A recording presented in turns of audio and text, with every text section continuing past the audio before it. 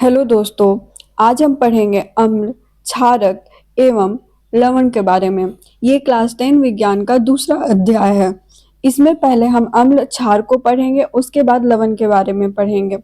अम्ल क्षार के बारे में पढ़ने से पहले हम लोग सूचक के बारे में पढ़ लेते हैं। सूचक वह पदार्थ होता है जो यह बताता है कि सामने रखा पदार्थ अम्ल है या क्षार है।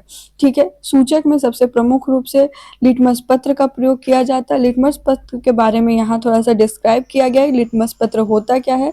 तो लिटमस पत्र जो होता है वो थैलोफाइट समूह का लाइकेन पौधे से निकाला जाता है। ठीक है, और इसका जो जब ये न क्षार होता है न अम्ल होता है तो इसका रंग कैसा होता है? मूल रंग में ये बैंगनी रंग का होता है। अगर ऑप्शन में बैंगनी रंग ना रहे, लाल रंग रहे तो लाल भी सही माना जाएगा।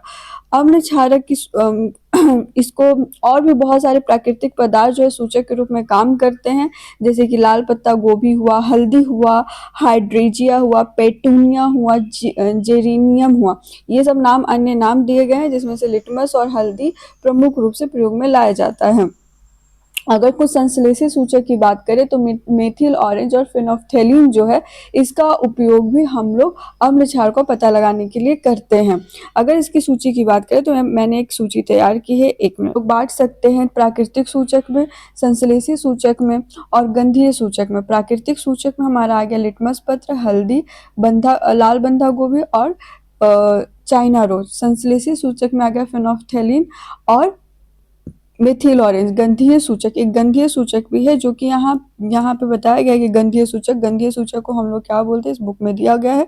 गंधीय सूचक ऑल्फैक्टरी, जो कि गंध से बताता है कि सामने रखा हुआ चीज अम्ल है या क्षार है। मतलब अम्ल में उसका गंध बदलेगा और क्षार में दूसरा रंग देगा।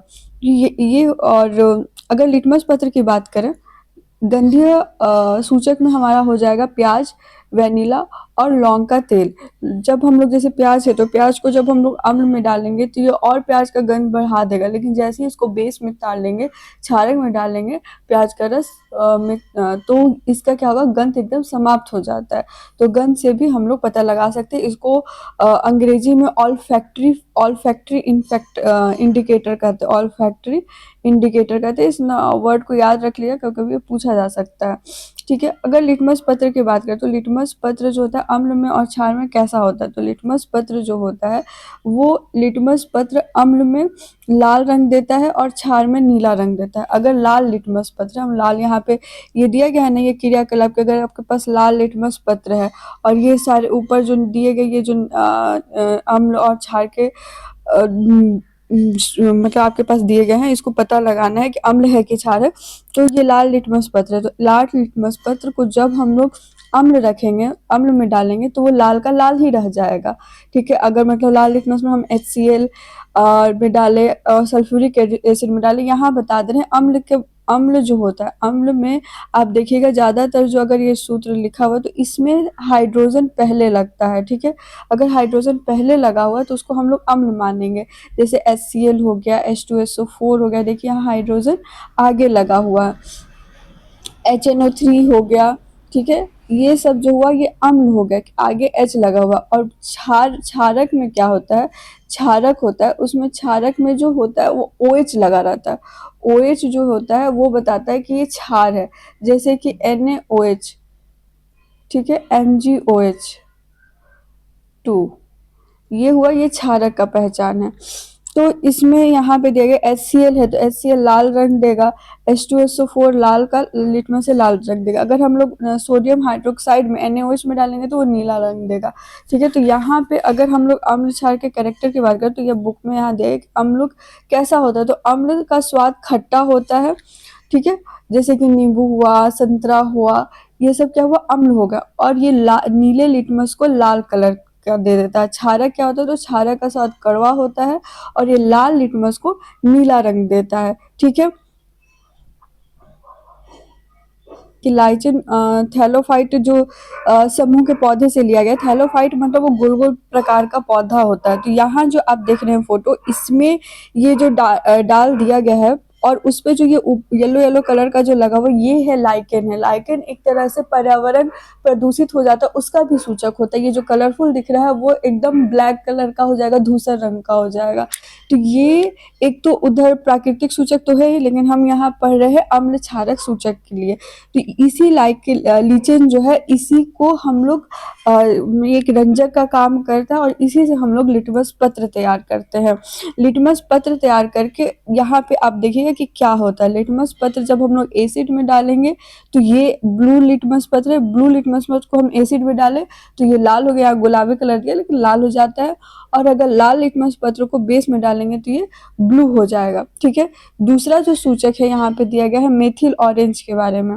लिटमस पत्र का ये हो गया मेथिल ऑरेंज के बारे में। तो मेथिल ऑरेंज क्या है? मेथिल ऑरेंज एक संश्लेषित सूचक है, संश्लेषित सूचक है। तो संश्लेषित मतलब होता है सिंथेटिक। सिंथेटिक मतलब ये होता है कि जो प्राकृतिक रूप से नहीं बना, जिसे हम लोग लेबोरेटरी या इंडस्ट्री में बनाए। जो सिंथेटिक कपड़ा है, सिंथेटिक इसलिए बोलते हैं क्योंकि प्राकृतिक रूप से हम लोग कॉटन या भेड़ के बाल से नहीं निकाले, उसको हम लोग कहीं बनाए हैं। उसी तरह से संश्लेषित जो मेथिल ऑरेंज है हम किसी पौधे से नहीं निकाले, इसे केमिकल रिएक्शन के द्वारा बनाते हैं, इसे लेबोरेटरी में बनाया जाता है। ठीक है, मेथिल ऑरेंज मूल रूप से ऑरेंज रंग का होता है।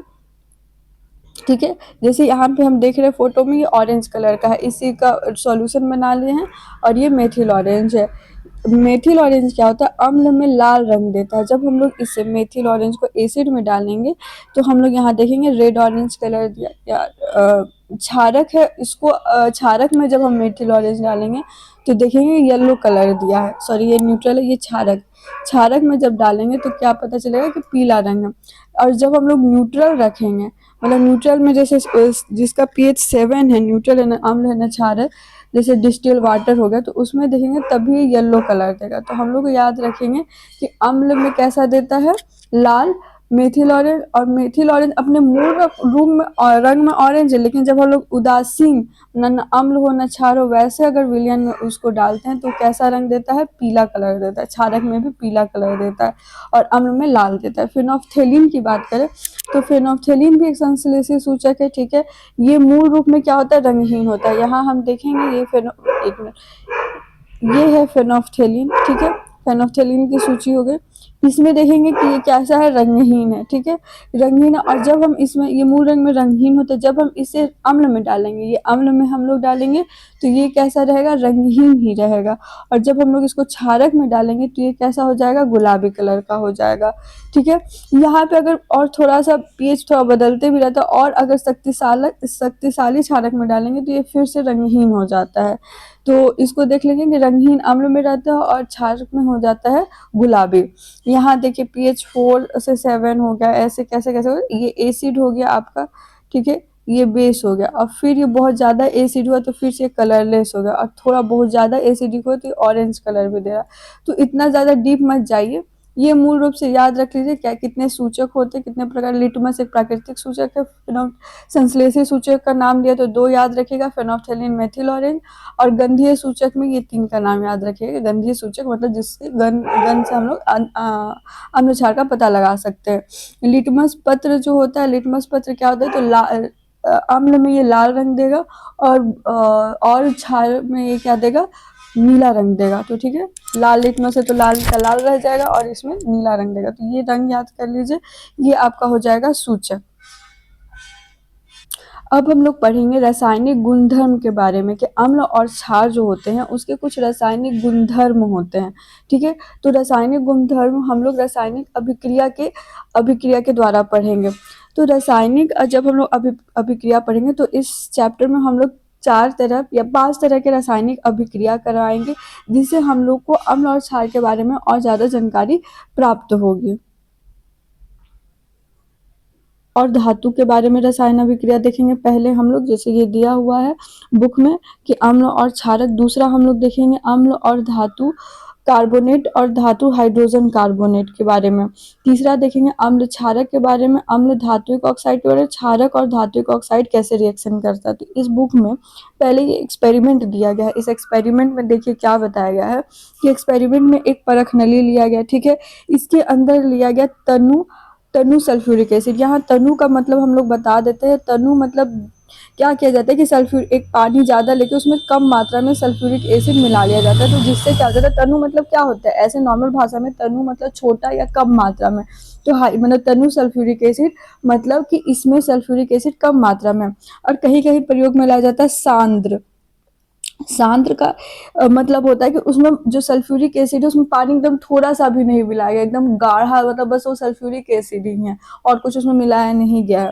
तो तनु को इंग्लिश में डाइल्यूट बोलते हैं, सांद्र को क्या बोलते हैं, कॉन्सेंट्रेटेड। तो कॉन्सेंट्रेटेड ऐसे लिखा रहता है यानी सांद्र हो गया, डाइल्यूट में DIL लिखा रहता है यानी डाइल्यूट हो गया। ठीक है, तो ये आप लोग को जनरल नॉलेज के लिए बता दे रहे हैं। फिर है कि यहाँ पे दिया गया है कि सल्फ्यूरिक एसिड, इसमें तनु सल्फ्यूरिक एसिड लिया गया और इसमें हाइड्रोजन सॉरी इसमें जिंक, यहाँ पे मेटल डाला गया, दानेदार जिंक के टुकड़े डाले गए। फिर क्या होता है कि रिएक्शन होता है, रिएक्शन के बाद इसमें हम बुलबुला देखेंगे। ये बुलबुला ऊपर जाते जाते यहाँ पर जाता है और गैस के रूप में रहता है। ये बुलबुला किस चीज का रहता है, ये हाइड्रोजन गैस का रहता है।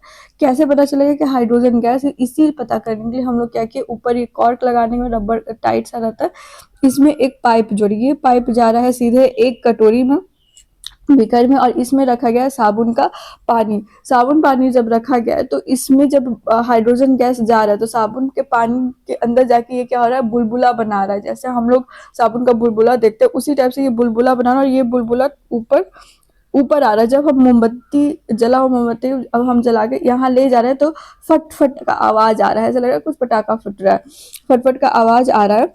तो ये इंडिकेट करता है फटफट का आवाज आना कि ये हाइड्रोजन गैस है। ठीक है, तो जब इस रिएक्शन से हमें ये पता चलता है कि जब अम्ल को धातु से रिएक्ट कराते हैं तो क्या निकलता है, हाइड्रोजन गैस निकलता है। यहाँ पे इस अभिक्रिया को यहाँ बताया गया है कि अम्ल और धातु जब रिएक्ट करता है तो क्या बनता है। ठीक है, एक मिनट, अम्ल और धातु जब रिएक्ट करता है तो ये बनता है,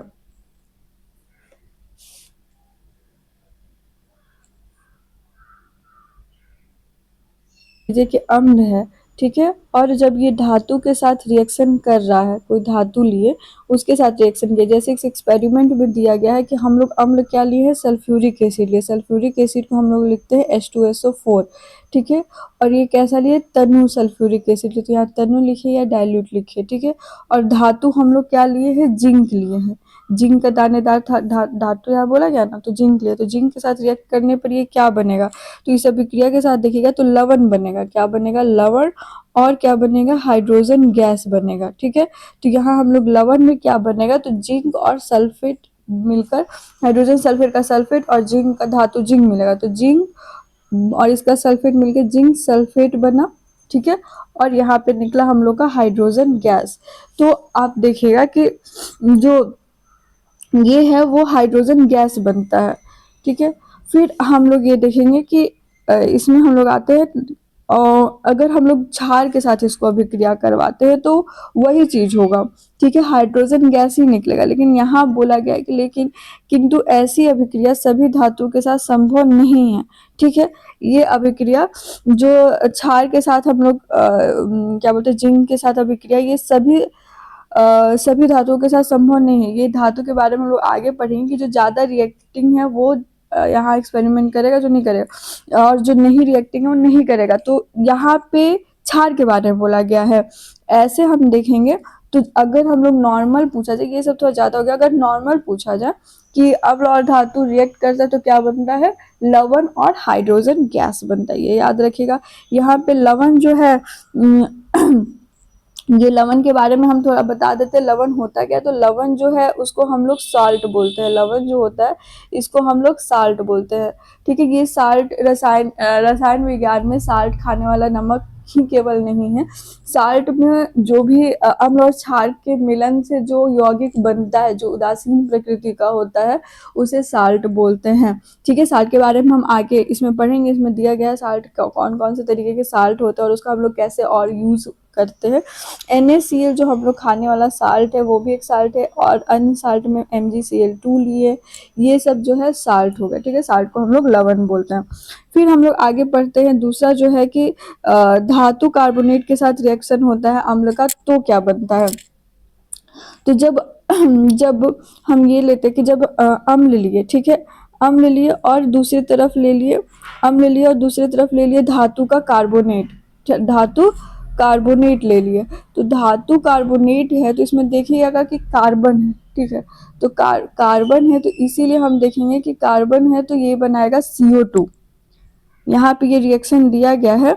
ये रिएक्शन में आप देखिएगा कि ये रिएक्शन है, इसमें यहाँ पे परख नली लिया गया है और इसमें लिया गया है अंदर में ये जो कलर है इसमें अंदर लिया गया है तनुकृत हाइड्रोक्लोरिक एसिड। हाइड्रोक्लोरिक को कैसे लिखते हैं, HCl लिखते हैं, ठीक है। और इसमें डाला गया है सोडियम कार्बोनेट डाला गया है, क्योंकि क्या हम लोग एक्सपेरिमेंट में देख रहे हैं कि धातु का कार्बोनेट हो, तो सोडियम कार्बोनेट ले लिए हैं। सोडियम कार्बोनेट को Na2CO3 लिखेंगे, ठीक है। और इसमें क्या करते हैं, जब हम रिएक्शन करते हैं तो इसमें क्या होता है, यहाँ से हम लोग एक फिर ये पाइप निकाल के इसमें एक दूसरा परख नली लिए हैं, ये जांच करने के लिए कि इसमें जो गैस बना, जो ये बुदबुदा के जो गैस निकल रहा है ये कौन सा गैस है। तो यहाँ पे जब हम लोग इस परख नली में लेगा तो यहाँ पे क्या हुआ कि हम लोग यहाँ रखे हैं कैल्शियम हाइड्रोक्साइड, ठीक है। कैल्शियम हाइड्रोक्साइड का विलयन रखे जो कि रंगहीन होता है, लेकिन जैसे ही कार्बन डाइऑक्साइड इसके अंदर पहुंचता है ये रंगहीन जो होता है वो दूधिया रंग का हो जाता है। क्यों हो जाता है, क्योंकि इसमें जब कार्बन डाइऑक्साइड जाता है तो कैल्शियम हाइड्रोक्साइड का रिएक्शन हो जाता है कार्बन डाइऑक्साइड से और बनता है एक कैल्शियम कार्बोनेट। कैल्शियम कार्बोनेट जो होता है वो श्वेत रंग का होता है, यहाँ ये रिएक्शन देखिए बुक में दिया हुआ है, वो श्वेत रंग का होता है। और जैसे जैसे अगर कार्बन डाइऑक्साइड की मात्रा और ज़्यादा बढ़ रही है, जैसे अगर डाइल्यूट बहुत ज़्यादा डाइल्यूट HCl है उसकी जगह थोड़ा और गाढ़ा हल्का डाल देते तो एक अचानक से CO2 निकलता, और ये जो है धीरे धीरे जो श्वेत रंग का, जैसे हम लोग चाक का पाउडर अगर हम लोग पानी में मिलाते तो एक श्वेत अवक्षेप बन जाता है कि नीचे जाके बाद में बैठ जाएगा। लेकिन और अगर हम लोग कार्बन डाइऑक्साइड पास कराते हैं उसमें तो वो बन जाता है कैल्शियम हाइड्रोजन कार्बोनेट बन जाता है, ठीक है। और ये जो होता है ये पूरा दूधिया रंग होता है, उसमें विलयशील होता है। सोडियम कार्बोनेट जल में विलयशील नहीं है, लेकिन सोडियम हाइड्रोजन कार्बोनेट जल में विलयशील है, ठीक है।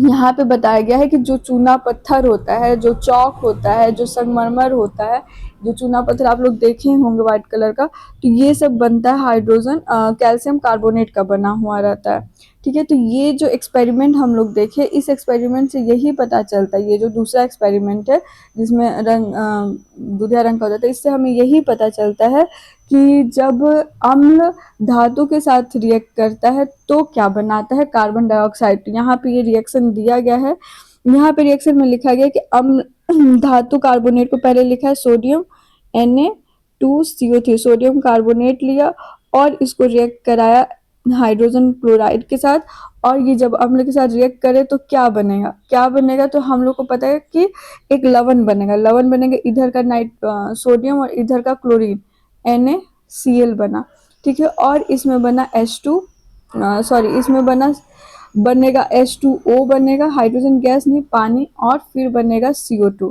ठीक है। इसमें ये रिएक्शन में दिया हुआ है इस बुक में। ये जो है आपकी अभिक्रिया हुई, ठीक है। अगर धातु के हाइड्रोजन कार्बोनेट के साथ रिएक्शन देखें, अगर सोडियम धातु के हाइड्रोजन कार्बोनेट के साथ भी रिएक्शन देखते तो वहाँ हम देख लेते बुक में परख नली B में वैसे ही रखा गया, लेकिन सोडियम कार्बोनेट की जगह सोडियम हाइड्रोजन कार्बोनेट रख दिया गया, तो क्या होता है। तो यहाँ पे रिएक्शन का अभिक्रिया सूत्र बताया गया कि NaHCO3 ये हो गया सोडियम हाइड्रोजन कार्बोनेट, और जब हम इसको रिएक्ट करते HCl से रिएक्ट करते तो बनता हमारा NaCl हो गया, NaCl इसमें भी बनता और H2O इसमें भी बनता और हो जाता CO2। तो अंतर यही रहता है कि हम लोग को बैलेंस थोड़ा करने में सोचना पड़ता है, तो इसको बैलेंस नहीं करना पड़ा, और जब हम लोग सोडियम कार्बोनेट के साथ किए तो इसको हम लोग को बैलेंस करना पड़ेगा Na2CO3। ये याद रख लीजिएगा फॉर्मूला कि कैसे कार्बोनेट लिखा था। कार्बोनेट पे चूंकि जो इसका 2 आयन होता है ना, यहाँ पे 2+ आयन होता है, तो इसीलिए ये 2+ आयन यहाँ चला जाता है। ये हम लोग 9th क्लास वाले चैप्टर में पढ़े थे कि कैसे हम लोग इक्वेशन लिखते हैं, रासायनिक सूत्रों को हम लोग कैसे लिखते हैं वो हम लोग पढ़े थे, और कैसे बैलेंस करते हैं। Na2CO3 हुआ और यहाँ बना, ये रिएक्ट किया HCl से, तो हो गया हमारा क्या बना है यहाँ पे NaCl H2O और जल बना और CO2 बना। ये हो गया हमारा कि जब रिएक्शन हो रहा है इसके साथ, जब रिएक्शन हो रहा है हाइड्रोजन कार्बोनेट के साथ रिएक्शन हो रहा है, ठीक है। अगर हम लोग पढ़ेंगे कि जब अगर हम लोग ने पढ़ा कि जब धातु के साथ रिएक्ट हुआ तो हाइड्रोजन गैस बना, जब कार्बोनेट के साथ रिएक्शन हुआ तो कार्बन डाइऑक्साइड बना। अब तीसरा हम लोग पढ़ेंगे कि जब अम्ल और क्षार परस्पर अभिक्रिया करते हैं तो क्या बनता है। अम्ल और क्षार परस्पर अभिक्रिया करते हैं तो लवण और जल बनता है। यहाँ पे दिया गया है कि अम्ल और क्षार परस्पर अभिक्रिया करते हैं तो क्या बनता है, लवण और जल। और यहाँ आपका एक एक्सपेरिमेंट दिया गया, इस एक्सपेरिमेंट में कहा गया कि एक परख नली लीजिए जिसमें NaOH लीजिए, ठीक है। फिर इसको फेनोल्फथालीन से जांच करिए कि कौन सा है। हम लोग को पता है कि जब क्षार में जाता है तो गुलाबी रंग का हो जाता है, तो गुलाबी रंग का हो जाएगा, ठीक है। विलेन का रंग कैसा होगा, तो गुलाबी रंग का होगा। फिर बोला कि HCl लीजिए, HCl में फेनोल्फथालीन का 2 बंद बने तो क्या होगा, तो रंगहीन का रंगहीन ही रह जाएगा, ठीक है। तो ये दोनों का रंग आप लोग यहाँ पे लिख सकते हैं। फिर कहा कि अगर दोनों को आपस में मिलाते हैं, NaOH को और HCl को, दोनों तनु ही होना चाहिए, मतलब डाइल्यूट होना चाहिए, और दोनों को मिलाते तो क्या होगा, तो क्या होता है कि उसमें नमक लवण निकलेगा जो कि जल में घुलनशील होगा, ठीक है। यहाँ पे इस जो इक्वेशन है इसको हम लोग एक बार देख लेते हैं कि कैसे इसको हम लोग लिखेंगे। तो इसको हम लोग लिखेंगे NaCl प्लस HCl, और ये बना आपका क्या बना, सॉरी इट्स माय मिस्टेक। यहाँ NaCl नहीं होगा, यहाँ अम्ल और क्षार होगा ना, जैसे हम लोग यहाँ पे अम्ल लिए और क्षार लिए तो NaOH होगा। हम लोग यहाँ पे देख लेते हैं, अम्ल और क्षारक को अभिक्रिया करेंगे तो क्या बनेगा, लवण और जल बनेगा। तो यहाँ पे हम लोग अम्ल लिए हैं HCl, क्षारक लिए हैं NaOH, लवण बनेगा इसमें का पीछे वाला, इसमें का आगे वाला जोड़ लेंगे NaCl, और ये दोनों ऐड होके बन गया H2O, ठीक है। ये हो गया आपका अम्ल और क्षारक रिएक्शन हो गया, ठीक है। इसको हम लोग क्या कहते हैं, उदासीनीकरण अभिक्रिया भी बोलते हैं। क्या बोलते हैं, उदासीनीकरण अभिक्रिया। उदासीनीकरण को हम लोग न्यूट्रलाइजेशन रिएक्शन भी बोलते हैं, न्यूट्रलाइजेशन रिएक्शन।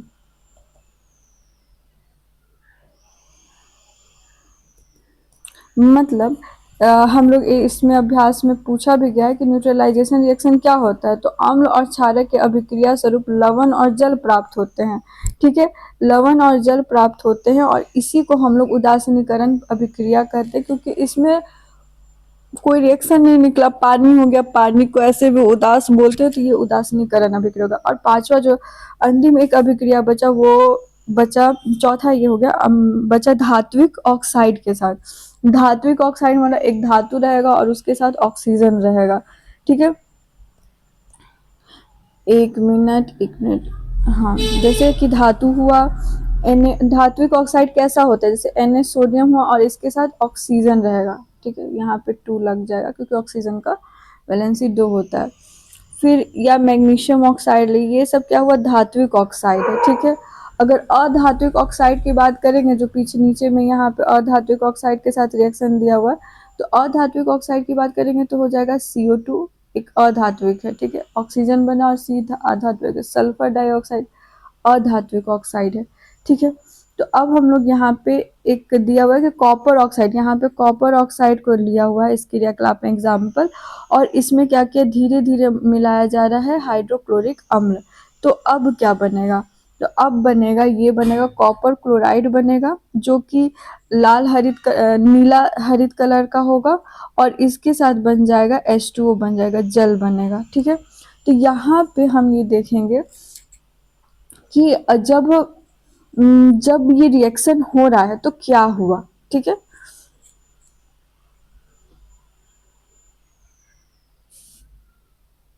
हम लोग देखेंगे कि धातु ऑक्साइड है और अम्ल है, ये दोनों मिलके क्या बना, लवण और जल बना। और हम लोग पीछे ऊपर में ये भी देखें कि जब अम्ल और क्षार मिला आपस में तो क्या बना, अम्ल और क्षार मिलके भी क्या बना, लवण और जल ही बना, ठीक है।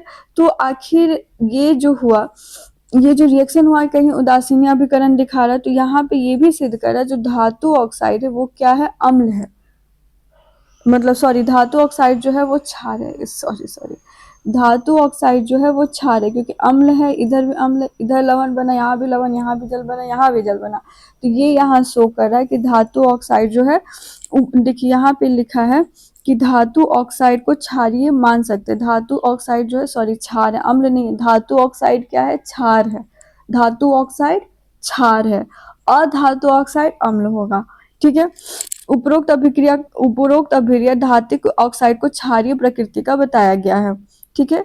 क्षारक जब होगा, और ये अगला रिएक्शन है कि जब धातु ऑक्साइड के साथ यहाँ पे क्षारक अभिक्रिया करेगा, यहाँ पे धातु ऑक्साइड है, अम्ल है, अगर हम यहाँ पे हम क्षार ले लेते हैं, धातु ऑक्साइड के साथ क्षारक अगर अभिक्रिया कर रहा है तो भी क्या बनेगा, लवण और जल ही बनेगा। ठीक है। हम लोग एक एग्जाम्पल से इसको समझ लेते हैं, जैसे कि यहाँ पहले तो दिया हुआ कॉपर ऑक्साइड। ठीक है। कॉपर ऑक्साइड जो अम्ल, क्षार और अम्ल वाला हो गया, ये हो गया आपका धातु ऑक्साइड हो गया। और यहाँ पे HCl है, तो ये आपका कॉपर क्लोराइड बना, जो कि नीला हरित कलर का यहाँ पे दिया हुआ है, कॉपर क्लोराइड बना और जल बना। ठीक है। अगर हम लोग लेते हैं क्षार, धात्विक ऑक्साइड के साथ अधात्विक ऑक्साइड लेते हैं, जैसे CO2 ले लिया, और इसके साथ ले लिए एक हम लोग ले लिए अम्ल ले लिए, तो क्या बनेगा, तो इसका बनेगा एक लवण, एक तो जल रहेगा, एक CCl2 बन जाएगा। ये दूसरा हो जाएगा रिएक्शन। अगर CCl2 नहीं होगा तो यहाँ अगर S ले रहे हैं तो सल्फर क्लोराइड हो जाएगा। ठीक है। ऐसा रिएक्शन हो जाएगा, CCl2 हो जाएगा कार्बन क्लोराइड के साथ रिएक्शन। फिर यहाँ पे एक बुक में दिया हुआ है, आपके कुछ प्रश्न दिए गए हैं। इस प्रश्न में लिखा गया है कि पीतल वाले बर्तन में दही या खट्टा पदार्थ क्यों नहीं रखते, क्योंकि हम लोग को पता है जब अम्ल धातु के साथ रिएक्ट करता है तो क्या बनता है, ठीक है, लवण और H2 गैस बनता है। और ये जो लवण होता है ये हम लोग के लिए, हमारे शरीर के लिए बहुत ही हानिकारक जहरीला पदार्थ हो जाता है, इसीलिए खट्टे चीज को पीतल या तांबे में नहीं रखते। धातु अम्ल के साथ अभिक्रिया होने पर कौन सी गैस निकलती है, हम लोग को पता है H2 गैस निकलती है। ठीक है। जांच कैसे करेंगे, तो वही मोमबत्ती ले जाएंगे, पॉपअप साउंड करेगा। कोई धातु A तनु हाइड्रोक्लोरिक के साथ अभिक्रिया करता है, बुदबुदाहट उत्पन्न होती है। ठीक है। और उत्पन्न गैस मोमबत्ती को बुझा देती है। एक कैल्शियम क्लोराइड है, तो अभिक्रिया को संतुलित समीकरण को संतुलित करिए। ठीक है। तो यहाँ कोई धातु है A, जैसे हम लोग धातु जिंक ले लिए और इसको हम लोग रिएक्शन करवाए HCl से, तो बना आपका जिंक क्लोराइड बना। ठीक है, ZnCl2, और बनेगा H2 गैस बनेगा। ठीक है। इसको हम लोग को अब संतुलित करना है। यहाँ पे 2 क्लोरीन है तो यहाँ पे 2HCl, लेकिन 2 का 2 हो जाएगा, जिंक हो गया, ये आपका संतुलित हो जाएगा। ठीक है। फिर अब पढ़ेंगे कि क्या सभी अम्लों और क्षारकों में क्या समानताएं होती हैं। हम लोग ने पढ़ा अभी तक में, रिएक्शन देख लिए, अम्ल क्षार का पहले सूचक देख लिए और रिएक्शन देख लिए। अब हम लोग उसके बारे में पढ़ेंगे कि आखिर समानताएं क्या होती हैं। तो यहाँ पे इस क्रियाकलाप में दिया गया है, इस क्रियाकलाप में बोला कि ग्लूकोज, अल्कोहल, हाइड्रोजन, हाइड्रोक्लोरिक अम्ल, सल्फ्यूरिक अम्ल लीजिए और बताइए, और उसमें ना उसके साथ रिएक्शन करके बताइए कि कौन क्या इस सब में सिमिलैरिटी है। ठीक है। ये सिमिलैरिटी के लिए क्या किया गया कि एक बीकर लिया गया, उसमें एक जल, उसी में ये जो जल के जगह में अपना बदलते रहिए, कभी अम्ल डालिए कभी क्षार डालिए। और एक लिया गया, एक ये बीकर, वो रबर का कॉर्क लिया गया, इसमें लोहे का 2 कील लगा दिया गया और उसको जोड़ दिया गया सर्किट से, एक बैटरी, बल्ब और स्विच से। ठीक है। अगर बिजली पास हो जा रहा है तो वो अम्ल है, अगर बिजली पास, यहाँ बल्ब जल रहा है, अम्ल है, बल्ब नहीं जल रहा है तो वो क्षार है। ठीक है। ये मतलब उदासीन है एक तरह से, या न्यूट्रल है। इसी में दिखाया गया कि जब क्या होता है इसमें एक्सपेरिमेंट में, जब हम लोग ग्लूकोज और अल्कोहल लेते हैं ना, तब वो बल्ब नहीं जलता है। फिर हम लोग कहें कि अल्कोहल में, तो अगर हम लोग कोई भी अल्कोहल लेंगे, CH3COH हो जाएगा। ठीक है। या CH2COH हो जाएगा, CH3 एक में CH3CH 2OH, ये हुआ अल्कोहल, ठीक है, ये नहीं, ये हुआ अल्कोहल, तो इसमें हम लोग बोलेंगे OH तो लगा हुआ है, तो क्या ये एसिड है? ना ये OH आयन देता है, ना ये H प्लस आयन देता है, ठीक है, तो ये एसिड नहीं है। और ग्लूकोज C6H12O6, ठीक है, इसमें भी हाइड्रोजन है, लेकिन ये जैसे हम लोग ऐसा करते हैं ना कि जिसमें हाइड्रोजन आयन हुआ वो अम्ल हुआ, जिसमें OH आयन हुआ वो क्षार हुआ, तो इसमें हाइड्रोजन, ग्लूकोज और अल्कोहल हाइड्रोजन आयन होते हुए भी अम्ल नहीं है, ठीक है। बता रहे थे कि अम्ल की स्थिति में बल्ब जलने लगता है, और ग्लूकोज और अल्कोहल विलयन विद्युत का चालक नहीं है, ठीक है, और बल्ब उस समय नहीं जलता है। तो बल्ब के जलने से हमें पता चलता है कि विद्युत विलयन जो है वो विद्युत का प्रवाह कर रहा है कि नहीं। और विद्युत धारा का प्रवाह कौन करेगा? जिसमें आयन होगा, और आयन किस में होगा?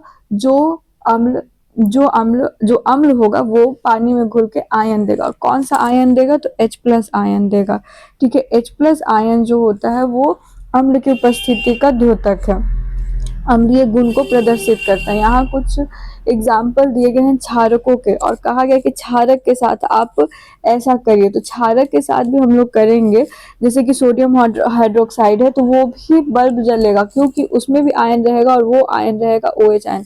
बल्ब कब जलेगा जब आयन रहेगा, वो H प्लस आयन हो या OH आयन हो, ठीक है। हम लोग कैसे पता करेंगे कि जलीय विलयन में अम्ल क्षारक का क्या होता है? क्या होता है मतलब कि जल में मिलाने पे क्या होता है? तो जल में जब हम लोग मिलाते हैं तभी वो H प्लस या OH आयन देता है, नहीं मिलाएंगे तो वो एकदम कॉन्सेंट्रेटेड रहेगा, वो हाइड्रोजन आयन नहीं रहेगा। यहाँ पे जल मिलाने की तरीका दिया गया, कहा गया है कि एक परख नली में नमक लीजिए, मतलब सोडियम क्लोराइड ले लीजिए, और सोडियम और धीरे धीरे बूंद बूंद करके उसमें सांद्र सांद्र या कॉन्सेंट्रेटेड, मतलब एकदम गाढ़ा सांद्र गाढ़ा सल्फ्यूरिक अम्ल है, इसको धीरे धीरे डालना है। जब धीरे धीरे डालेंगे तो इसमें देखेंगे कुछ गैस निकल रहा है। गैस को जब हम लोग ये कॉर्क से यहाँ से ऐसे निकालते हैं, तो गैस को हम लोग एक लिटमस पत्र से जांच करेंगे, तो देखेंगे कि जो ये गैस निकल रहा है वो ब्लू लिटमस को क्या कर दे रहा है? लाल कर दे रहा है। यानी सोडियम क्लोराइड जो है, NaCl जो है, वो जब सल्फ्यूरिक अम्ल से मिल रहा है तो वो एक अम्ल बना रहा है, ठीक है, वो अम्ल बना रहा है, HCl अम्ल बना रहा है। तो ये जो यहाँ पे गैस निकल रहा है वो HCl का गैस है, शुष्क गैस है, ठीक है। और यहाँ पे ये आदेश मतलब ये सतर्क किया गया है कि आर्द्र में इसको नहीं करना है। आर्द्र अगर जलवायु है तो कैल्शियम क्लोराइड का एक रक्षक नली ले लेना, मतलब ये जो नली होगा वो कैल्शियम क्लोराइड का होगा। क्या होगा उसमें कि जल जो होगा वो अवशोषित कर लेगा इधर से, और शुष्क गैस ही प्रवाहित करेगा, ठीक है। यहाँ पे आपको बताया गया है कि क्या होता है, कौन सा आयन निकलता है, ठीक है। जब जल में उपस्थित जल में ही क्या हाइड्रोजन आयन देता है? हाँ, जल में ही हाइड्रोजन आयन निकलेगा, ठीक है। और जो हाइड्रोजन आयन, या इसको हम लोग H3O भी बोलते हैं, ये इसको हम लोग हाइड्रोनियम आयन कहते हैं, ठीक है। हाइड्रोजन आयन को सदैव H प्लस या हाइड्रोनियम आयन से दर्शाया जाता है, ठीक है। यहाँ पे हाइड्रोजन आयन स्वतंत्र रूप से नहीं रह सकते, लेकिन ये जल के अणु के साथ मिलकर रहते हैं, ठीक है। यहाँ पे देगा। अब बोला गया है कि क्या क्षार भी आयन देता है? तो हाँ, क्षार आयन देता है, यहाँ पे OH आयन देता है, जैसे सोडियम हाइड्रोक्साइड में OH, पोटेशियम हाइड्रोक्साइड में OH, मैग्नीशियम हाइड्रोक्साइड में OH आयन दिया, ठीक है। और ये भी जो जल में घुलनशील क्षारक होते हैं उसको क्षार बोलते हैं। क्षारक को अंग्रेजी में बोलते हैं बेस, ठीक है, जो हम लोग एसिड बेस पढ़ रहे हैं। और क्षार को अंग्रेजी में बोलते हैं अल्कली। वैसा क्षारक जो पानी में घुलनशील हो उसे क्षार कहते हैं। सभी क्षारक जल में घुलनशील नहीं होते हैं। जल में घुलनशील क्षारक को क्षार कहते हैं। इनका स्पर्श साबुन की तरह स्वाद कड़वा होता है, प्राकृतिक संक्षारक होता है, ठीक है। इसे कभी भी सीधे हाथ से छूना या चखना नहीं चाहिए, क्योंकि हानिकारक हो सकते हैं, ठीक है। हम लोग अभी तक जो पहले एक बार पढ़े कि कैसे अम्ल क्षार रिएक्ट करके लवण और जल बना, तो इसको हम लोग ऐसे भी लिख सकते हैं। यहाँ पे मतलब बोला कि उदासीनीकरण अभिक्रिया जो अम्ल क्षार का था उसको हम लोग लिख सकते हैं कि कोई भी अम्ल होता है उसके आगे हाइड्रोजन आयन रहता है, ठीक है, एक्स कोई भी मान लो, और कोई भी क्षारक जो होता है उसमें OH आयन रहता है, आगे कोई भी क्षारक मान लो। तो जो उदासीनी अभिकरण होता है, ये इसका अम्ल का X और इधर का बेस का M मिला के एक लवण बनता है, ठीक है। MX का एक लवण बना, और जो बना इधर H और इधर OH मिलके जल बना लेता है H2O, ठीक है। यही एक उदासीनीकरण अभिक्रिया का एक सूत्र बता दिया गया है। फिर ये बोला गया कि ये जो रेड सिंबल दिया जाता है इसको देख लिया करें, ये सांद्र अम्ल होता है, उस पर ये लिखा रहता है, क्योंकि डायरेक्ट हाथ में लगा तो हाथ जल जाएगा, ठीक है। अब बताइए कि हम लोग को अम्ल क्षार कैसे, जल को तनु कैसे करना चाहिए, ठीक है। यहाँ पे एक क्रियाकलाप दिया गया है जिसमें बोला गया कि एक मतलब 10 ml जल लीजिए, उस जल को हिलाते रहिए और धीरे धीरे उसमें H2SO4 डालिए सारे से। तो उसमें हम लोग देखेंगे ना कि बीकर गर्म हो गया है। ये जल और अम्ल को जल में तनुकृत करने का एक प्रक्रिया है, कैसे है, ठीक है। अगर आप इसमें एक बीकर लिया, अगर आप एसिड ले लिए, H2SO4 एकदम सांद्र H2SO4 लिए, और इसमें अगर आप जल मिलाते हैं, ठीक है, पानी, क्या होगा ना, थोड़ा ही सा मात्रा में जल जाएगा, उसके साथ ये एकदम H2SO4 एकदम ऐसी सांद्र H2SO4 बहुत ही ज्यादा गरम जहरीला हो, मतलब जहरीला क्या गर्म होता है, और हाथ जाएगा तो हाथ जला देगा। तो जैसे ही पानी का बूंद इसमें गया, ये एक ही बार रिएक्ट करके उछल के हो सकता है कि आपके हाथ पे गिर जाए, आपका हाथ जला दे। इसीलिए जब भी हम लोग को तनुकृत करना है H2SO4 को, तो हम लोग को क्या करना है कि एक बीकर में पहले जल में एसिड को मिलाना है। तो जल में एसिड हो जाएगा, तो जब इसका रिएक्शन होकर उष्मा निकलेगा, तो वो उष्मा अगल बगल वाला जल अवशोषित कर लेगा, जिससे वो ज्यादा हार्म नहीं पहुंचा पाएगा, ठीक है, जैसे इसमें दिया गया है। कितना क्षारक के घुलने की प्रक्रिया अत्यंत उष्माक्षेपी होती है, ठीक है। जल में उष्माक्षेपी मतलब उष्मा उसमें से निकलता है। जल में सांद्र नाइट्रिक अम्ल या सल्फ्यूरिक अम्ल को मिलाते समय अत्यंत सावधानी रखनी चाहिए, ठीक है। अम्ल को सदैव धीरे धीरे जल में लगातार हिलाते हुए मिलाना चाहिए। अम्ल को जल में मिलाना चाहिए। सांद्र अम्ल में जल मिलाने पर उत्पन्न हुई उष्मा के कारण मिश्रण आसफित होकर बाहर आ सकता है और आप जल सकते हैं। साथ ही अत्यधिक स्थानीय ताप के कारण प्रयोग में उपयोग किया जा रहा कांच का पात्र भी टूट सकता है। सांद्र सल्फ्यूरिक अम्ल में के कैन या डिब्बा तथा सोडियम हाइड्रोक्साइड की बोतल पर चेतावनी चिन्ह ध्यान दीजिएगा, ठीक है। जल में अम्ल या क्षारक मिलाने पर आयन की सांद्रता के प्रति इकाई आयतन में कमी हो जाती है, और इसी प्रक्रिया को क्या बोलते हैं, तनुकरण, या हम बोल रहे थे ना तनुकृत करना। तो यही होता है, क्या होता है कि जल में हम लोग अम्ल मिलाते हैं तो उसका आयतन कम हो जाता है, तो डाइल्यूट हो जाता है, उसी को मतलब तनुकरण बोलते हैं। यहाँ मेन जो ध्यान देने योग्य बात ये थी कि यहाँ पे हम लोग को हमेशा अम्ल को सदैव धीरे धीरे जल को लगातार हिलाते हुए जल में डालना चाहिए। अम्ल को कहाँ डालना चाहिए, जल में डालना, ना कि जल को अम्ल में डालना चाहिए, ठीक है। ये मेन पॉइंट है, ठीक है। फिर हम लोग इसको प्रश्नोत्तर दिया गया है, एक बार प्रश्नोत्तर भी देख लेते हैं। HCl जो है, HCl आदि जलीय विलयन में अम्लीय अभिलक्षण क्यों प्रदर्शित करते हैं, जबकि अल्कोहल, ग्लूकोज और यौगिक में नहीं? क्योंकि ये इसलिए नहीं करते हैं ना, क्योंकि अल्कोहल और ग्लूकोज OH आयन नहीं देते हैं H+ आयन नहीं देते हैं जल में। अम्ल का जलीय विलयन क्यों विद्युत का चालक करता है, क्योंकि उसमें H+ आयन रहता है, और वो आयन के कारण जो चालन, विद्युत का चालन होता है, क्योंकि आयन से होता है विद्युत का चालन। शुष्क हाइड्रोक्लोरिक गैस शुष्क लिटमस पत्र के रंग क्यों नहीं बदलती है? शुष्क हाइड्रोक्लोरिक गैस नहीं बदल पाती है लिटमस पत्र पे रंग, क्योंकि वो आयन नहीं दे पाती, और लिटमस पत्र आयन को ही उसको ऑब्जर्व करेगा ना, लिक्विड होगा तो। अम्ल को तनुकृत करते समय यह क्यों अनुशंसित करते हैं कि अम्ल को जल में मिलाना चाहिए, ना कि जल को अम्ल में? क्योंकि बहुत उष्माक्षेपी अभिक्रिया है। अगर हम लोग अम्ल को जल को अम्ल में मिलाएंगे तो वो उष्माक्षेपी अभिक्रिया से बाहर आ सकता है और हाथ जल सकता है। इसीलिए हम लोग को अम्ल को जल में मिलाना चाहिए, ठीक है, अम्ल को जल में मिलाना चाहिए। अम्ल के विलयन को तनुकृत करते समय हाइड्रोनियम आयन की सांद्रता कैसे प्रभावित होती है?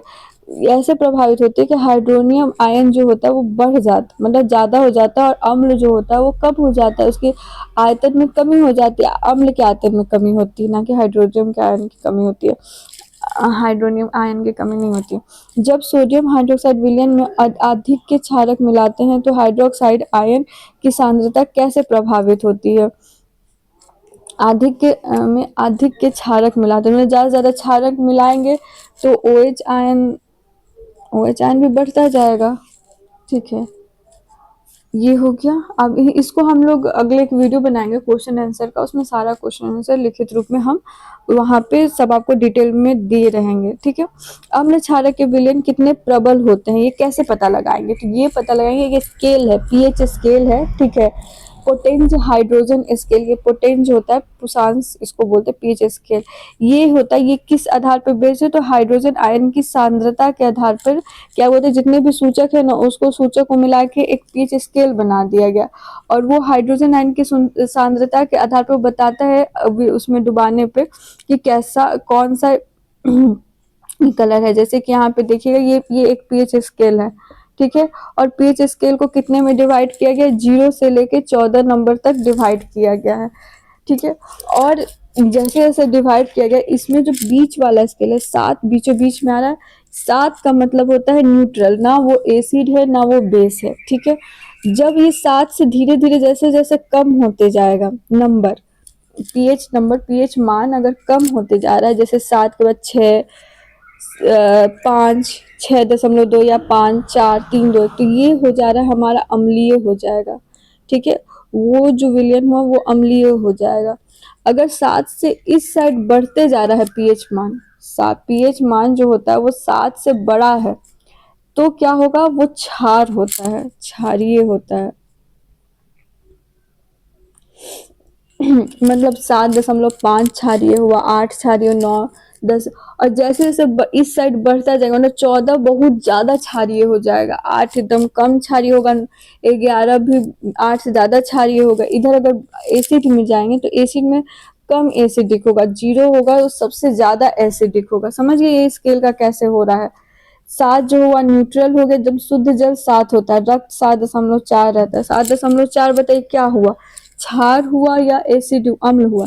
तो 7.4 यहाँ पे कहीं आएगा ना, तो ये 7 के इस साइड आया, राइट साइड में आया, तो ये हुआ, ये हो गया कैसा? क्षारीय हो गया। ठीक है, नींबू का रस 2.2 रहता है, जठर रस जो पेट में पाया जाता है वो 1.2 रहता है, मिल्क ऑफ मैग्नीशिया 10 रहता है, यानी यहाँ रहता है। सोडियम हाइड्रोक्साइड 14 पे रहता है, सबसे ज्यादा क्षारीय सोडियम हाइड्रोक्साइड है। ठीक है, यहाँ पे आपका बताया गया कि ये सब लिख के देखना है कि कौन सा पीएच रंग कैसा देगा, मान क्या हो देगा, पदार्थ की प्रकृति क्या है। NaOH हम लोग को पता है कि ये क्या देगा, मान 14 देगा, और रंग कैसा रहेगा? एकदम डार्क ब्लू रहेगा। ठीक है, नल का जल जो होता है वो कैसा रहेगा? उसको आप साथ में भी ले सकते हैं, और पदार्थ जो है वो लगभग हरा में ले सकते हैं रंग, लेकिन आप इस नल के जल को हल्का सा एसिडिक भी मान सकते हैं। टमाटर का रस कैसा रहेगा? टमाटर का रस ऑफ कोर्स रहेगा कैसा? एसिडिक रहेगा, और ये हमको लग रहा है कि ऑरेंज जो है 5 या 6 के बीच में रहेगा। कॉफी भी एसिडिक है। गाजर का रस, रंग रहित वित्तीय वातीय पेय जो होता है, वातीय पेय मतलब वही कोको कोला, ये सब तो वो सब तो CO2 मिला रहता है, CO2 यानी मान लीजिए आपकी क्षारीय रहता है। नींबू का रस एसिडिक रहता है, लार जो होता है एसिडिक रहता है। ये सब आप लोग देख लीजिएगा। यहाँ पे इसी को शो किया गया कि कैसे, अगर साथ है उदासीन है, बढ़ती हुई अम्लीय प्रकृति इस साइड और बढ़ती हुई क्षारीय प्रकृति इस साइड। ठीक है, किसी भी यहाँ पे लिखा हुआ किसी भी उदासीन विलयन में पीएच का मान 7 होगा। पीएच स्केल में किसी विलयन का मान 7 से कम है तो अम्लीय विलयन होगा, और 7 से ज्यादा 14 बढ़ जाता है तो OH सांद्रता वृद्धि होती है, और अर्थात ये क्षार की शक्ति बढ़ रही होती है और क्षार का सूचक है। ठीक है, यही इसमें बताया गया है पीएच स्केल में। इसको सार्वभौमिक सूचक बोला गया, हाइड्रोजन की सांद्रता के आधार पर बताता है। दुर्बल और प्रबल अम्लों को हम लोग कैसे परिभाषित कर सकते हैं? तो हम लोग ऐसे परिभाषित कर सकते हैं कि अधिक संख्या में हाइड्रोजन आयन उत्पन्न करने वाले अम्लों को प्रबल अम्ल कहेंगे, जबकि कम आयन उत्पन्न करने वाले अम्लों को दुर्बल अम्ल कहेंगे। ठीक है, प्रबल अम्ल क्या कहेंगे? जिसमें अधिक संख्या में H+ आयन उत्पन्न कर रहा है, और दुर्बल H+ आयन कम मात्रा में उत्पन्न कर रहा है। ये हो गया अम्ल के बारे में। अब कुछ दैनिक जीवन में पीएच का महत्व देख लेते हैं कि पीएच कितना जरूरी है, किस टाइप का पीएच हम लोग को चाहिए और कितना जरूरी है पीएच का हमारे दैनिक जीवन में होना। जैसे कि हम लोग पहले में देखते हैं कि आप पौधे और पशु के पीएच के प्रति संवेदनशील होते हैं। हाँ, होते हैं। कैसे होते हैं? तो हम लोग को पता है कि हमारा जो पीएच है, शरीर का हमारा ओवरऑल जो पीएच है, वो 7 से 7.8 पीएच परास के बीच में कार्य करता है। ठीक है, कोई भी जीवित प्राणी है, उसका जो शरीर है वो इसी के लगभग काम करता है। इसके लगभग 7 से लेकर 7.8 तक। लेकिन जो अम्लीय वर्षा होती है, वो उसका जो पीएच होता है 5.6 होता है। इसीलिए क्या होता है कि जब हम अम्लीय वर्षा होती है तो नदी को प्रभावित करती है, नदी का जल का पीएच कम हो जाता है, और जैसे हम लोग उसको अब पीते हैं या अपने जीवन में लाते हैं, तो हमारे शरीर पे उसका प्रभाव नकारात्मक रूप से पड़ता है और बीमारी होती है। साथ साथ अम्लीय वर्षा जब पेड़ पौधों पे पड़ता है तो उसके पत्ते वत्ते भी पत्ते वत्ते पे भी नुकसान पहुंचाता है। अगर हम लोग देखेंगे दूसरे ग्रह पे, यहाँ तथ्य जानना है कि शुक्र जो ग्रह है उसका जो वायुमंडल है वो सल्फ्यूरिक अम्ल का ही है। सल्फ्यूरिक अम्ल, सोचे सल्फ्यूरिक अम्ल हर जगह, सल्फ्यूरिक, कोई जिंदा वहां नहीं होगा, वहां आदमी जिंदा रह ही नहीं सकता है। सल्फ्यूरिक अम्ल का पीला बादल है वहां पे, इसीलिए जीवन संभव वहां नहीं है। देखिए कैसे क्या संवेदनशील है। हाँ, एसिडिक, जैसे क्योंकि हम लोग का शरीर का पीएच 7 से 7.8 रहता है, अम्लीय वर्षा इसको प्रभावित कर देती है।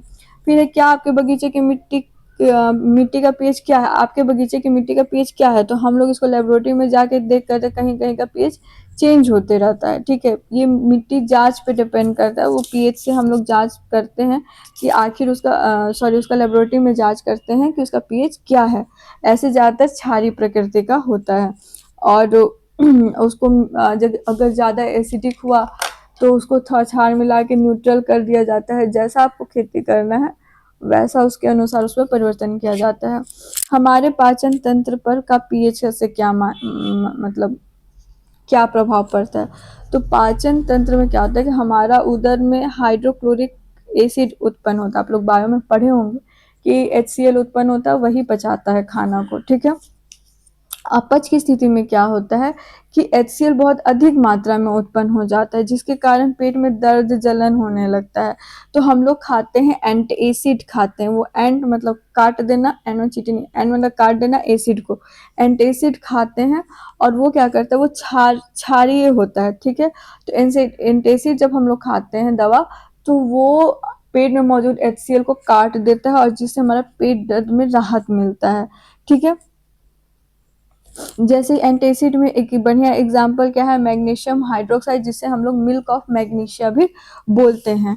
ठीक है, फिर है कि पीएच परिवर्तन से दंत क्षय का क्या हो सकता है? तो दंत जो मुंह का पीएच हमेशा 5.5 रहता है, अगर इससे कम हो जा रहा है तो हमारा दांत का क्षय शुरू होने लगता है। जब जो खाना फंस जाता है वो धीरे धीरे मुंह के लार के साथ अभिक्रिया करके एसिड अम्लीय हो जाता है, और अम्लीय धीरे धीरे दांत के बीच में जम के उसको गलाने लगता है। तो इसीलिए दांत हमेशा साफ करना चाहिए। इसीलिए जो टूथपेस्ट होता है वो क्षारीय प्रकृति का होता है, इसीलिए जो कि हमारा मुंह में एसिडिक है वो क्षार से मिलकर उदासीन हो जाए और कुल्ला करे तो सब बाहर आ जाए। ठीक है, पशु और पौधों द्वारा उत्पन्न रसायनों से आत्मरक्षा। यहाँ भी आप लोग पीएच का यूज देखेंगे कि बहुत सारे ऐसे पौधे होते हैं जिनका अगर आप हाथ से ऐसे छू लिए तो आपको लग जाएगा कि वो कुछ हाथ में लगा, वो मिथेनोइक अम्ल। जैसे कि यहाँ पे नेटल, एक साग के पात, नेटल जो है, अब ये कीड़ा नहीं है, नेटल है, एक पौधा है, जंगल में पाया जाता है। अगर यहाँ इसके इसके कांटे नुमा पे हाथ में लग जाए तो हाथ में जलन होने लगेगा। ठीक है, उसी के अगल बगल एक और पौधा पाया जाता है, उस पौधा को अगर हाथ में रगड़ लेंगे तो उससे थोड़ा सा इलाज मतलब आराम महसूस होता है। जिसको डॉग पौधा, जैसे इलाज डंक के स्थान पर डॉग पौधे की पत्ती रगड़ कर किया जाता है। नेटल के पास एक डॉग पौधा पाया जाता है, उससे वो रगड़ेंगे तो शांत हो जाएगा। क्यों? नेटल जो होता है इसमें क्या होता है, मेथेनोइक अम्ल रहता है और डॉग में क्षार रहता है, तो उससे राहत मिल जाता है। जो मधुमक्खी का डंक होता है वो भी अम्ल छोड़ता है, इसीलिए हम लोग को दर्द और जलन महसूस होता है। यहाँ एक सारणी दी गई है, ये याद रखिए, इसको कॉपी में लिख लीजिए, नहीं तो कॉपी में लिख के दीवार में चिपका लीजिए, क्योंकि वो बहुत जरूरी है। ये बता रहा है कि किस किस पदार्थ में कौन कौन सा अम्ल पाया जाता है। जैसे सिरका हुआ, सिरका में एसिटिक अम्ल पाया जाता है। संतरा हुआ, उसमें सिट्रिक अम्ल पाया जाता है। इमली में टार्ट्रिक अम्ल पाया जाता है। टमाटर में, जो हम लोग टमाटर खाते हैं, इसमें ऑक्जेलिक अम्ल पाया जाता है। खट्टा दूध या दही में लैक्टिक अम्ल पाया जाता है, ये तो आप लोग को पता ही होगा कि लैक्टिक अम्ल लैक्टोबैसिलस दूध दही होता है। नींबू में, नींबू जो होता है खट्टा खट्टा हुआ, वो सिट्रिक अम्ल रहेगा। नींबू हुआ, संतरा हुआ, जैसे संतरा भी यहाँ देखिए सिट्रिक अम्ल है, नींबू हुआ सिट्रिक अम्ल होता है। चींटी का डंक, चींटी जो काटती है वो मेथेनोइक अम्ल होता है, और नेटल का डंक जो होता है वो भी मेथेनोइक अम्ल होता है। ठीक है, यहाँ पे इस क्वेश्चन में दिया गया है कि क्या आपके पास ए बी दो विलयन है। ए जो है उसका मान 6 है, बी का मान 8 है, तो हाइड्रोजन आयन की सांद्रता अधिक किस में होगी? तो जो ज्यादा एसिडिक होगा ऑफ कोर्स 6 में होगी। ठीक है, कौन अम्लीय है? 6 वाला अम्लीय है, और कौन क्षारीय? 8 वाला क्षारीय है, क्योंकि 7 से बड़ा है 8। इस साइड आ गया तो क्षारीय हो गया, इस साइड हो गया तो अम्लीय हो गया।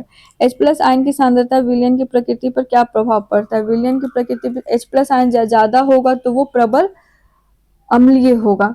क्या क्षारीय विलयन में H प्लस आयन होते हैं? अगर हाँ तो वह क्षारीय क्यों होते हैं?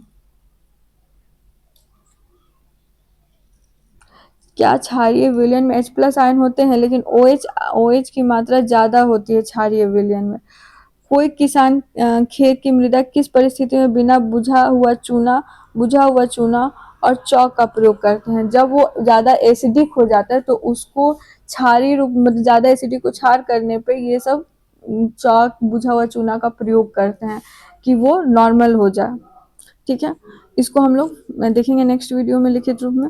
फिर है लवण से संबंधित अधिक जानकारी। लवण के बारे में हम बोले हैं कि जब क्षार और अम्ल अम्ल अभिक्रिया करते हैं तो एक उदासीन यौगिक बनता है, उसे हम लोग लवण कहते हैं। लवण के बहुत सारे यूज है। लवण के यहाँ एग्जाम्पल यहाँ पे दिए गए हैं, ये जो है वो लवण के एग्जाम्पल है। जैसे कि पोटेशियम सल्फेट एक लवण है, सोडियम सल्फेट लवण है, कैल्शियम सल्फेट लवण है, सल्फेट सल्फेट वाला लवण है। Magnesium sulphate, copper sulphate, sodium chloride हो गया, sodium nitrate, sodium carbonate, ammonium chloride, ये सब जो होता है ये सब क्या है? लवण है। ठीक है, लवण का पीएच क्या होता है? पीएच लगभग 7 के बराबर होता है, 7 के लगभग में ही रहता है लवण, क्योंकि वो न्यूट्रल रहता है। ठीक है, अगर 7 से कम हुआ तो कम हो जाएगा, 7 एसिडिक होगा, 7 से ज्यादा हुआ तो क्षारीय हो जाएगा। अब हम लोग कुछ लवण के यूज देख लेते हैं, जैसे साधारण नमक जो होता है उसके बारे में जान लेते हैं। सबसे पहले हम लोग दांडी मार्च सुने ही होंगे हिस्ट्री में कि कैसे नमक को लेके उन लोगों ने एक सत्याग्रह ही कर दिया था। ठीक है, प्रतीक बना दिया गया था। तो हम लोग एक तो साधारण नमक के रूप में यूज करते हैं, लेकिन वो जो साधारण नमक है वो अन्य रसायनों के लिए कच्चा पदार्थ का भी प्रयोग करता है। मतलब कच्चा पदार्थ मतलब कि उससे हम लोग बहुत सारा चीज बना लेते हैं, उसका बेसिक जो मटेरियल है, जो सब पदार्थ है, वो साधारण नमक रहता है। जैसे कि हम लोग साधारण नमक से क्या क्या बना सकते हैं? तो सोडियम हाइड्रोक्साइड बनाते हैं साधारण नमक से, बेकिंग सोडा बनाते हैं साधारण नमक से, वॉशिंग सोडा भी साधारण नमक से बनाते हैं, विरंजक चूर्ण जो ब्लीचिंग पाउडर है वो भी हम लोग साधारण नमक से बनाते हैं। तो एक एक करके उसके बारे में पढ़ लेते हैं। पहले पढ़ते हैं सोडियम हाइड्रोक्साइड के बारे में, NaOH, सोडियम हाइड्रोक्साइड। ठीक है,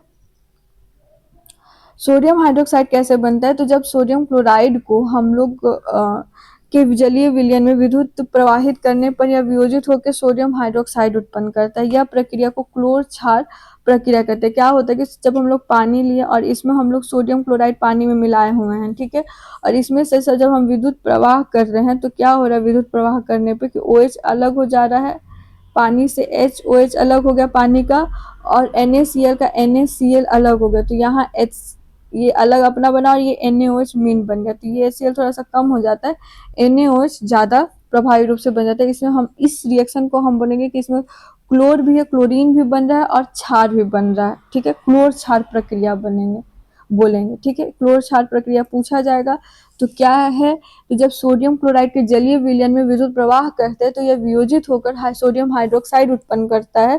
इस प्रक्रिया को क्लोर क्षार प्रक्रिया कहते हैं, क्योंकि इसमें निर्मित उत्पाद क्लोरीन और सोडियम हाइड्रोक्साइड है। निर्मित उत्पाद क्या है, क्लोरीन है और सोडियम हाइड्रोक्साइड है। यहाँ NaOH बनेगा, HCl एक साथ नहीं रहेगा, एक Cl2 गैस बनेगा, H2 गैस बनेगा, ठीक है।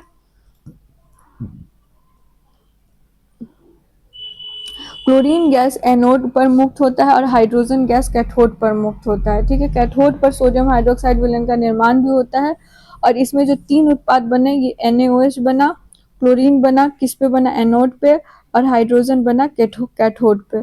और इसका यूज क्या क्या है, तो कैथोड पे जो हाइड्रोजन गैस बना इसका हम लोग ईंधन, मार्गिन, खाद में अमोनिया के रूप में यूज कर सकते हैं। क्लोरीन बना तो हम लोग इसको जल की स्वच्छता में क्लोरीन का यूज करते हैं, मतलब पानी साफ करने के लिए। स्विमिंग पूल में क्लोरीन रहता है कि पानी वहाँ स्विमिंग पूल का पानी साफ रहे।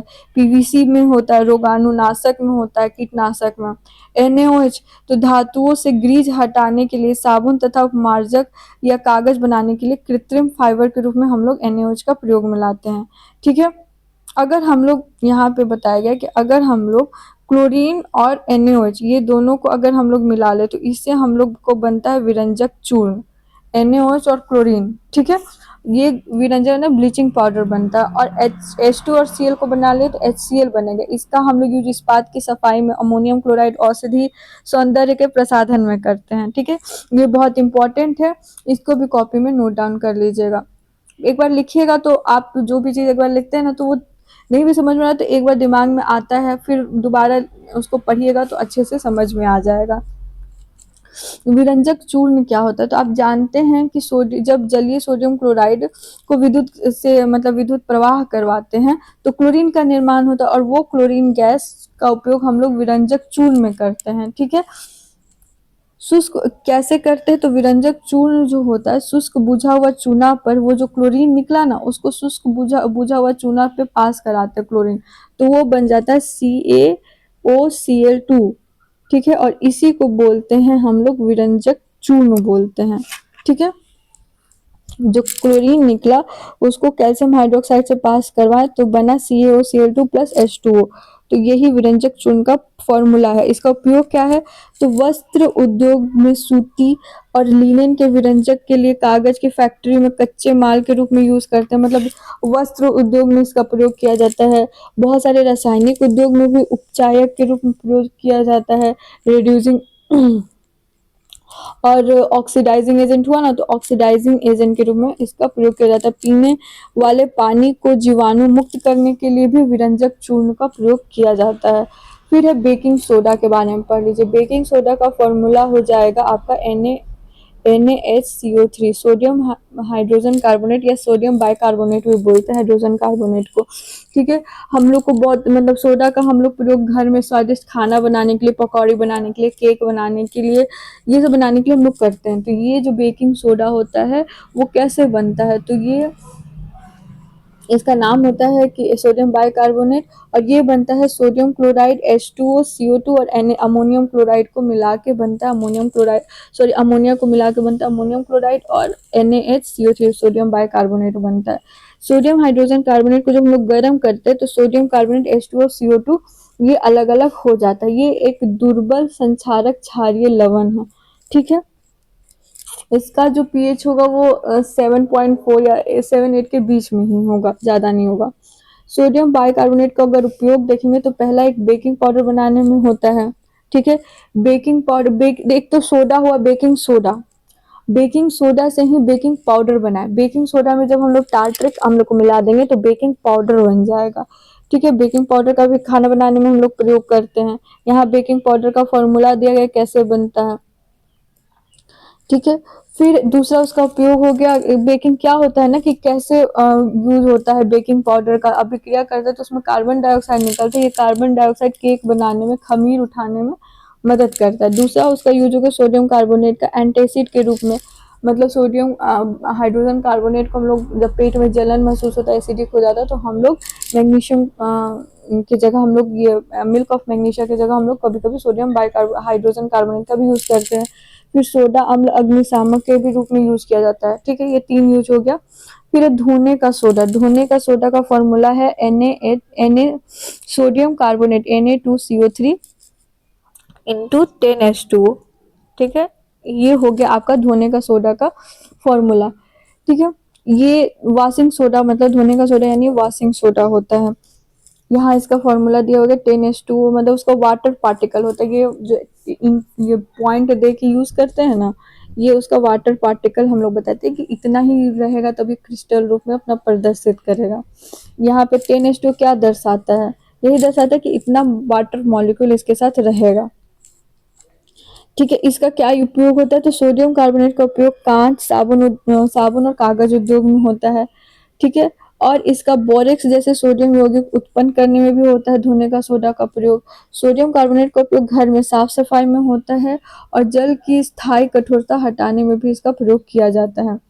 क्या लवण के क्रिस्टल वास्तव में शुष्क होते हैं, जो लवण बनता है वो वास्तव में क्या शुष्क होता है, तो यहाँ पे एक रखा गया। और जब हम लोग कॉपर सल्फेट को, जैसे कॉपर सल्फेट का क्रिस्टल, उसको जब हम लोग गर्म करेंगे तो देखेंगे जल की बूंदे हैं। तो ये बता रहा है कि लवण वास्तव में शुष्क नहीं होता, उसके कुछ जल की बूंदे उसके साथ मिली हुई रहती है। ठीक है, कुछ मात्रा में। लवण एक सूत्र इकाई में जल के निश्चित अणुओं की संख्या को क्रिस्टल जल कहते हैं। लवण में एक सूत्र इकाई में, लवण के एक सूत्र में जल के निश्चित अणुओं की संख्या को क्रिस्टल का जल कहते हैं। जैसे सोडियम क्लोराइड था ना, उसमें 10H2O मिला हुआ था, और ये कॉपर सल्फेट है, इसमें 5H2O मिला रहेगा ना, तो ये नीला रहेगा। अगर गर्म करेंगे तो ये इसका रंग जो होता है वो रंगहीन हो जाएगा। अभी हम लोग पढ़ेंगे जिप्सम के बारे में। जिप्सम प्लास्टर ऑफ पेरिस से बनता है। प्लास्टर ऑफ पेरिस जो होता है, जिसका प्लास्टर ऑफ पेरिस का फॉर्मूला होता है ½ H2O। सी ए है, कैल्शियम सल्फेट है, कॉपर सल्फेट नहीं है। कॉपर सल्फेट तो नीला कलर का होता है, उसके साथ 5 अणु होते हैं।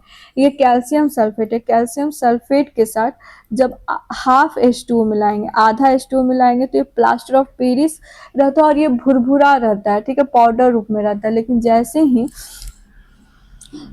ही इसको थोड़ा सा इसमें पानी की मात्रा या नमी मिलता है इसको, तो ये कन्वर्ट हो जाता है CaSO4 इंटू 2H2O में कन्वर्ट हो जाता है। किसमें कन्वर्ट है, CaSO4 2H2O, और ये होता है जिप्सम।